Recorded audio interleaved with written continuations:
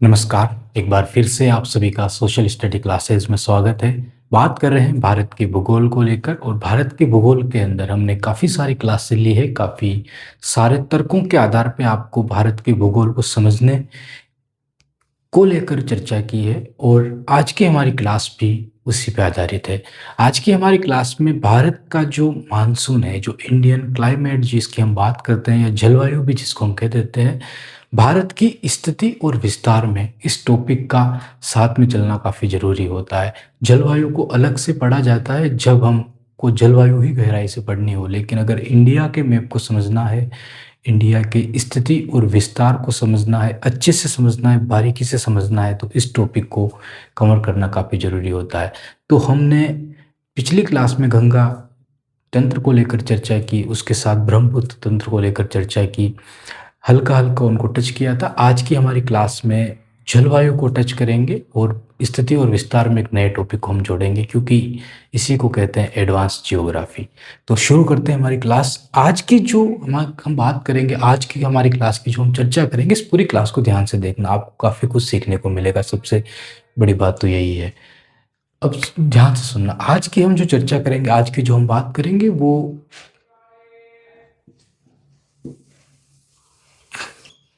जनवरी की बात करेंगे। किसी भी वर्ष के जनवरी माह की हम बात करेंगे और जनवरी के अंदर हम देखेंगे कि देखो, साल की शुरुआत है, जर्मनी का क्या, जनवरी का महीना है। तो जनवरी के महीने में भारत किस तरह का होता है, उसके बाद आगे चलेंगे। अगर हो सकेगा तो हम अप्रैल की बात करेंगे, देखेंगे कि भारत किस तरह का दिखता है, किस तरह की स्थिति भारत के अंदर बनती है, किस तरह का विस्तार भारत के अंदर हमको देखने को मिलता है।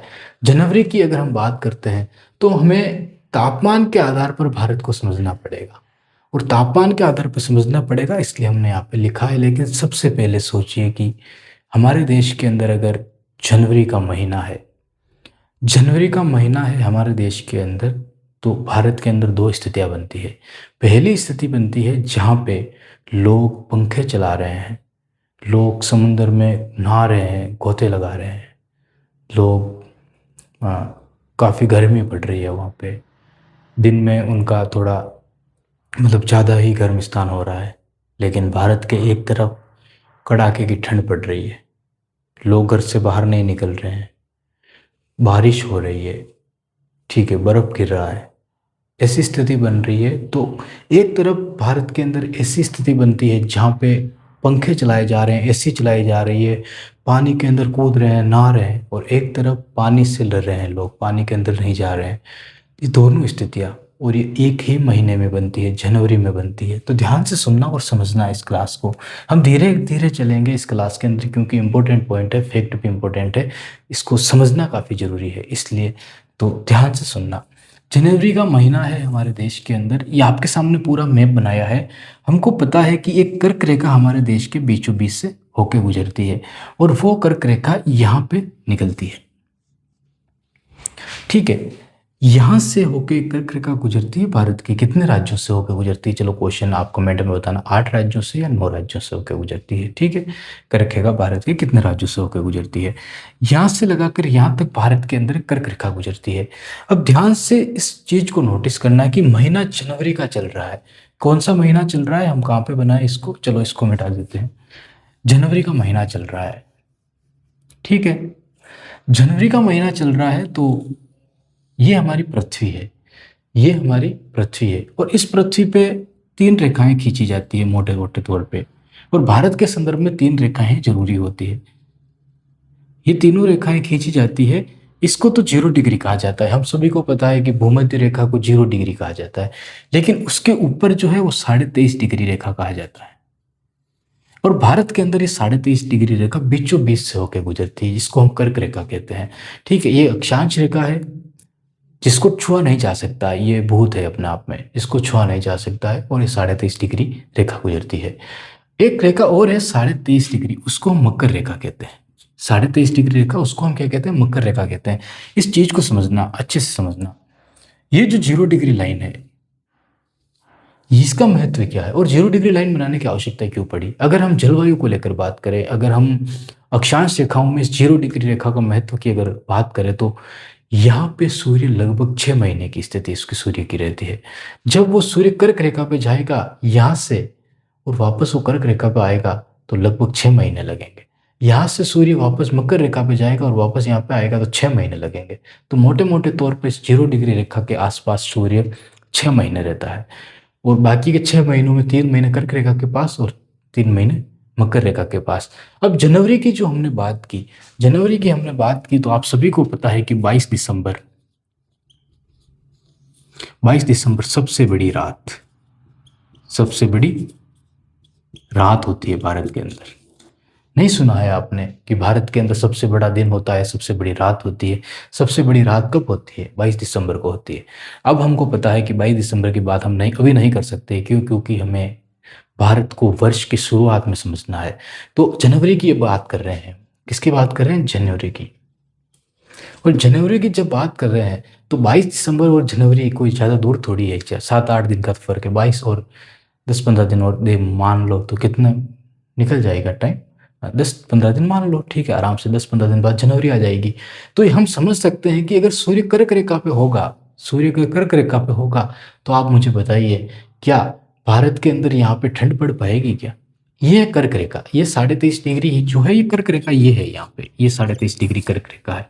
अगर सूर्य की रोशनी कर्क रेखा पे लंबवत पड़ रही है, सूर्य की रोशनी कर्क रेखा पे लंबवत मतलब कि डायरेक्ट किरण कर्क रेखा पे पड़ रही है, मुझे बताइए यहाँ पे गर्मी पड़ पाए, यहाँ पे ठंड पड़ पाएगी क्या? नहीं पड़ पाएगी, ठंड नहीं होगी यहाँ पे।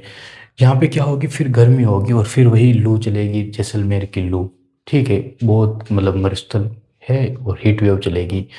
तो ये जनवरी की बात कर रहे हैं तो यहाँ पे हमने कहा कि दो स्थितियां बनती है। 25 डिग्री तापमान रहता है एक जगह, तो एक जगह तापमान 0 डिग्री चला जाता है, 10 डिग्री से माइनस में चला जाता है। तो सबसे बड़ी रात 22 दिसंबर को होती है, ठीक है, 22 दिसंबर को सबसे बड़ी रात होती है। तो हम समझ के चलते हैं कि जो सूर्य है वो 23.5 डिग्री पे तो होता है, लेकिन वो कर्क रेखा पे नहीं होता है। वो कहाँ पे होता है? वो मकर रेखा पे होता है। इस जगह स्थिति बनती है सूर्य की। और जब इस जगह मकर रेखा पे सूर्य होता है तो भारत के अंदर सबसे बड़ी रात होती है 22 दिसंबर को, और 22 दिसंबर जनवरी के पास है। तो हम कहते हैं कि भारत के अंदर कर्क रेखा के ऊपर वाले हिस्से में, कर्क रेखा के ऊपर वाले हिस्से में कड़ाके की ठंड पड़ती है, कड़ाके की ठंड पड़ती है। तो हमारा जो टॉपिक है इंडियन क्लाइमेट को लेकर, जनवरी माह आपको लिखना है, जनवरी माह के अंदर भारत की जलवायु टॉपिक डालना है। उसमें पहला पॉइंट आपको लिखना है अक्षांश को लेकर भारत की जलवायु। देखो किसी किताब किसी बुक में टॉपिक नहीं मिलेगा, ठीक है, ये टॉपिक खुद हमने बनाया है, अक्षांश को लेकर भारत की जलवायु जनवरी माह में, और कोष्टक में लिखना 23.5 डिग्री अक्षांश। अब आप समझिए इस चीज को, 23.5 डिग्री अक्षांश के ऊपर सूर्य की जो स्थिति होगी वो किरणें काफ़ी कम पहुंचेगी और दिन का टाइम जो है काफ़ी बढ़ जाएगा। तो यहाँ पे ठंड पड़ेगी, ठीक है, कंबल ओढ़ने का टाइम आ गया है यहाँ पे। अब मान लीजिए कि आप यहाँ से ट्रेन में बैठे, कन्याकुमारी से ट्रेन में बैठे और ट्रेन पहुंची यहाँ तक, लद्दाख तक, ठीक है, जम्मू कश्मीर लद्दाख तक ट्रेन पहुंची। अब यहाँ से लगाकर यहाँ तक आप पहुँचेंगे तो धीरे धीरे धीरे स्थिति बदलती चलेगी और धीरे धीरे एक एक कंबल आपको लेनी पड़ेगी, ओढ़नी पड़ेगी, स्वेटर पहनना पड़ेगा, धीरे धीरे कड़ाके की ठंड में चीज़ें बदलती चली जाएगी। और जब तक यहाँ पे पहुँचोगे तो आपके शरीर से ज़्यादा वजन आपके कपड़ों का हो जाएगा, ठीक है, यहाँ तक जब आप तक पहुँचोगे तो। मजाक के तौर पे कहा है, लेकिन आपको काफ़ी ज़्यादा ठंड का सामना करना पड़ेगा। और उसी दिन ट्रेन देखो एक दिन में यहाँ पहुँच जाएगी आराम से, 1-2 दिन में। तो उसी दिन यहाँ पे आप एसी चला रहे थे, आप यहाँ पे क्या कर रहे थे? आप यहाँ पे पानी के अंदर खेल रहे थे, कूद रहे थे, एसी चला रहे थे यहाँ पे। और उसी दिन यहाँ पे आप क्या कर रहे हो? ठंड है, कड़ाके की ठंड है, अलाव चला रहे हो, ये सारी चीज़ें कर रहे हो। तो अक्षांश हमारा पहला पॉइंट हुआ। ये भारत का मैप आपको बनाना है और इस भारत के मैप के अंदर आपको क्या करना है? 23.5 डिग्री कर्क रेखा बनानी है और कर्क रेखा के ऊपर की स्थिति बनानी है। फिर आपको एक ऐसा गोला, इसको हम बना देते हैं, अच्छे से बना देते हैं,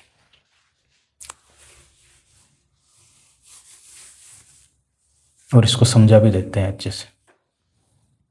समझना है यहाँ पे, मान लीजिए कि हमने ये गोला बनाया जिसको हमने पृथ्वी कहा। मान लीजिए हमने 0 डिग्री लाइन बनाई,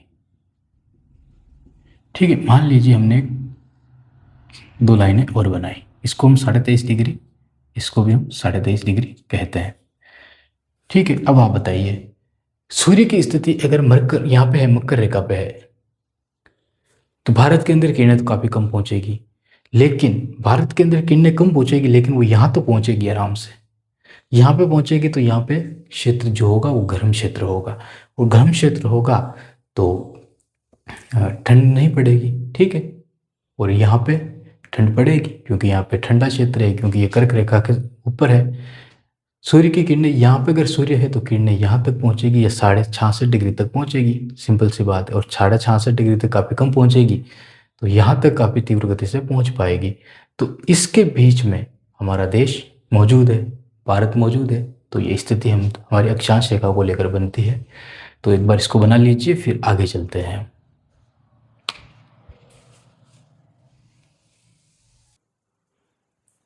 ठीक है, आराम से बनाना, क्योंकि काफ़ी कुछ आपको समझ आ गया होगा, नहीं भी आया होगा तो अब समझ आ जाएगा आपको, ठीक है। जो भी पॉइंट अब छूटे होंगे अब समझ में आ जाएंगे। समझना है यहाँ पे वापस। अब ये तो अक्षांश रेखा को लेकर तो हमारा पॉइंट खत्म हो गया यहाँ पे। और भी अच्छे से समझना है तो हमने प्लेलिस्ट डाल रखी है इंडियन क्लाइमेट को लेकर, हमारे चैनल पर जाके आप उसको देख सकते हो। उसमें भी काफ़ी बारीकी से हमने बात कर रखी है और समझा रखा है। अब एक चीज़ और आती है कि मान लीजिए कि अक्षांश रेखाओं को लेकर स्थिति जो है, हमने उसको थोड़ा समझ में नहीं आया, या अक्षांश रेखाओं को हम नहीं मानते हैं कि ऐसा नहीं होता है, कहने की बात है। क्योंकि भारत के अंदर आने वाली शीत जलवायु को तो हिमालय रोक लेता है, तो फिर कैसे ठंड पड़ती है, ऐसा कुछ हम नहीं मानते हैं ऐसा, ठीक है। तो दूसरी क्या चीज़ हो सकती है, तो समुंदर सबसे बेस्ट एग्जाम्पल हो सकता है, समुंदर। और क्यों हो सकता है? इसलिए हो सकता है कि यहाँ से लगाकर यहाँ तक, यहाँ से लगाकर यहाँ तक ये पूरा हिस्सा समुद्र से घिरा हुआ है। ये पूरा हिस्सा भारत का जो है वो समुद्र से घिरा हुआ है, हिंद महासागर से घिरा हुआ है। सबसे बड़ी बात तो ये पूरा हिंद महासागर से घिरा हुआ है। अरब सागर, बंगाल की खाड़ी, लेकिन मोटे तौर पर हिंद महासागर कहा जाता है, हिंद महासागर से घिरा हुआ है। तो क्या होता है, जब इधर जल है, इधर जल है, और इधर भी जल है, दक्षिण में भी जल है, तो आपको पता है कि जो जल होता है वो धीरे धीरे ठंडा होता है और धीरे धीरे गर्म होता है। जब यहाँ पे सूर्य की किरणें पड़ती है जनवरी के महीने में, जब आज जनवरी की ही करेंगे हम, जब यहाँ पे सूर्य की किरणें पड़ती है जनवरी के महीने में, तो सूर्य की किरणें यहाँ पे भी पड़ती है, तो यहाँ का स्थान तो काफ़ी जल्दी गर्म हो जाता है। लेकिन ये जल गर्म होने में रात हो जाती है इसको गर्म होते होते, ठीक है। समुद्र का जो आसपास का जल है ये गर्म होते होते रात हो जाती है, और रात होते होते ये गर्म हो जाता है, ठीक है। गर्म होता है, काफ़ी ज़्यादा समय लगाता है ये क्षेत्र। लेकिन जैसे ही उस जगह पे, अभी दिन की बात की, दिन में किरणें पड़ रही, जैसे ही उस जगह पे रात आई तो ये हिस्सा तो काफ़ी जल्दी ठंडा हो जाता है। क्या हो जाता है? काफ़ी जल्दी ठंडा हो जाता है। लेकिन ये ही स्थान धीरे धीरे ठंडा होगा, और धीरे धीरे ठंडा होगा ये स्थान, तो क्या होगा, इसको, इसकी जो हवाएं आएगी वो गर्म हवाएं होगी, और ये गर्म हवाएं होगी तो यहाँ पे क्षेत्र को गर्म रखेगी। और बाकी वापस आगे चल के क्या होगा, स्थिति बदलेगी, और जब वापस दिन आएगी, दिन की शुरुआत होगी, इस क्षेत्र को वापस गर्म कर देगी सूर्य की किरणें फटाफट, तो ये क्षेत्र पूरी रात भर में ठंडा हो जाएगा। और ठंडा होगा तो पूरे दिन धीरे धीरे गर्म होगा, तब तक इसको ठंडा रखेगा। तो ये विपरीत जलवायु बोलते हैं इसको, इस क्षेत्र को। यहाँ पे ऐसी चीजें नहीं होती है, यहाँ पे कोई समुद्र नहीं, यहाँ पे स्थली है, तो यहाँ पे एकदम से ठंडा, एकदम से रात। और ये एग्जाम्पल देखने को मिलता है हमको राजस्थान के अंदर। दिन में यहाँ पे 20 डिग्री 25 डिग्री तापमान हो जाता है जैसलमेर के अंदर, क्योंकि रेतीला स्थान है, ठीक है। 15 भी हो जाता है, 20 भी हो जाता है, लिखा है अभी इसको देखेंगे। लेकिन रात को यहाँ पे 0 हो जाता है जैसलमेर के अंदर, इतना तापांतर पाया जाता है। यहाँ पे इतना तापांतर नहीं पाया जाता है, यहाँ पे काफ़ी कम तापांतर होता है, यहाँ पे काफ़ी ज़्यादा तापांतर होता है। तो एक बार इसकी चर्चा कर लेते हैं, फिर हम आगे समझते हैं। एक पॉइंट और है हिमालय को, लेकिन हिमालय को अभी पढ़ना जरूरी नहीं है। हिमालय वहाँ से आती है, हिमालय जो है तो हवाएं जैसे जैसे ऊपर उठती है ठंडी हो जाती है, ठंडी होने लगती है, ठीक है। यहाँ पे काफ़ी बर्फ जमती, क्षोभ मंडल में जाते हैं। तो पॉइंट है, पूरा पॉइंट है, इसको कम समय में कवर नहीं किया जा सकता है, तो उसको अलग से समझाना पड़ेगा। अब समझना है यहाँ पे, 10 डिग्री से कम तापमान होता है जनवरी के महीने में। स्टार बनाया है यहाँ पे, ये लद्दाख है, और लद्दाख के आस ये ग्रीन जो लाइन है, इस लाइन से ऊपर ऊपर के क्षेत्र में, और इधर ये ग्रीन लाइन है, इसके ऊपर ऊपर क्षेत्र में 10 डिग्री कम तापमान पाया जाता है। मतलब 10 डिग्री से कम मतलब कि ठंड काफ़ी ज़्यादा पड़ती है यहाँ पे। ठीक है, जनवरी की माह की हम बात करें। उसके बाद देखिए 10 से 15 बॉक्स बनाया है, ये बॉक्स है इस लाइन से और इस लाइन के बीच में, इस बॉक्स में माउट होती है। ठीक है, माउट होती है, और तापमान कितना होता है 10 से 15 डिग्री के बीच में तापमान होता है। कहाँ पे? इस बॉक्स के बीच में 10 से 15 डिग्री, जिसमें राजस्थान भी आ रहा है।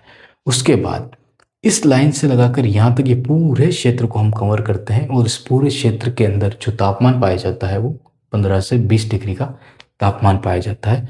ठीक है, तो ये धीरे धीरे तापमान बढ़ता जा रहा है। फिर यहाँ से लगाकर इस पूरे क्षेत्र में 20 से 25 डिग्री का तापमान पाया जाता है, मतलब कि गर्मी आ चुकी है यहाँ पे, ये क्षेत्र है यहाँ पे। और 25 से ज़्यादा तापमान पाया जाता है इस इलाके पे।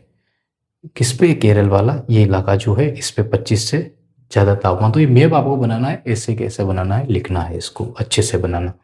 यहाँ पे पाया जाता है, समुद्र है पास में, गर्म जलवायु है तो पाया जाता है। तो पानी को लेकर, अक्षांश रेखाओं को लेकर भारत की स्थिति कैसे बदल जाती है उसको हमने समझा।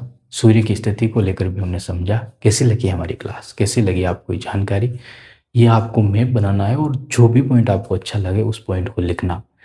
इससे बेहतर एडवांस ज्योग्राफी नहीं हो सकती है। बहुत बहुत धन्यवाद आपका।